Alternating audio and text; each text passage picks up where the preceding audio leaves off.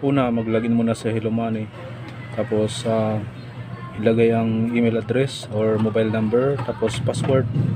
Tapos after malagay ang password, i-click ang login.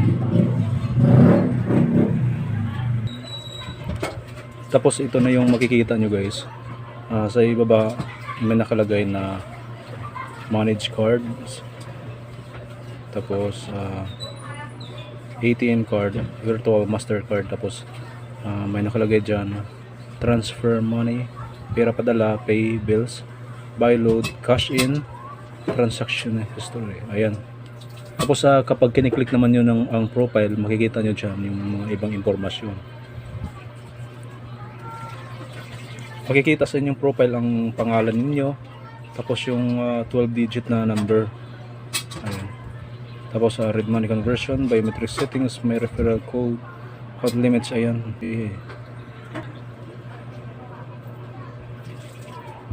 Ayan. Tapos dapat naka-ready na yung inyong card. Tapos i-click nyo lang yung ATM card. Ayan. Tapos nakalagay dyan sa pag-click nyo may nakalagay dyan sa likod link Hello Money ATM card.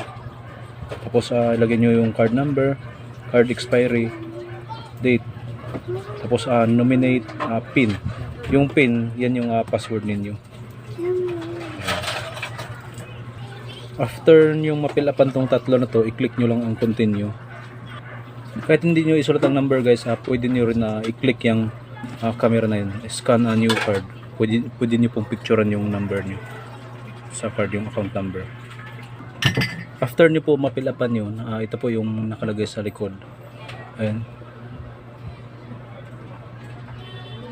AOB Hello Money terms and conditions. AOB Hello Money terms and conditions. Ayan. So yun po yung nakalagay sa likod. Bago nyo pindutin nyo muna yan.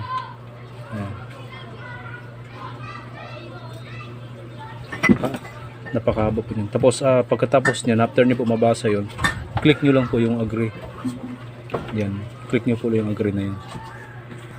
After nyo maklik yung agree, kailangan i-enter nyo yung password nyo. Yung password nyo bago mabuksan yung app. Yun po yung password na ilagay nyo dito.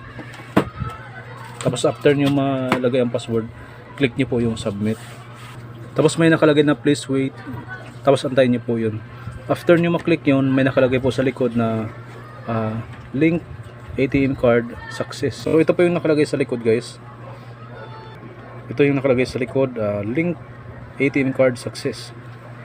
Ayan, tapos na po yung process na po natin yung card number na ilagay na po natin sa kuna po sa aking account. Kaya may nakalagay na success. Nakalagay po dito sa ibaba nito reference number, tapos card number, card expiry date. Ayan. Tapos click nyo po yung done. Bago nyo po i-click ang done, kailangan may screenshot po kayo or isulat nyo po ang reference number, card number. Kahit wag na yung card number, yung ano na po, reference number. Tapos may nakalagay na please wait. Ayan. Tapos after nun, ito na po yung nakalagay sa likod, change pin, replace card, remove card, block card. Ayan. Yan po. Ang status nito active na po. So and guys, wala naman po pala akong dapat i-hide dito.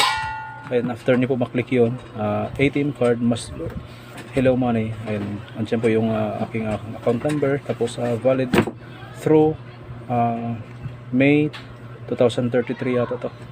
Tapos nakalagay sa kanyang status active. Ayan.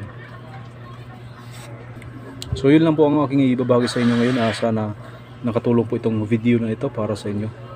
Para sa lalo na po sa mga baguhan. Try ko dito try ko itong gamitin para makuha ko ang sahod ko sa YouTube.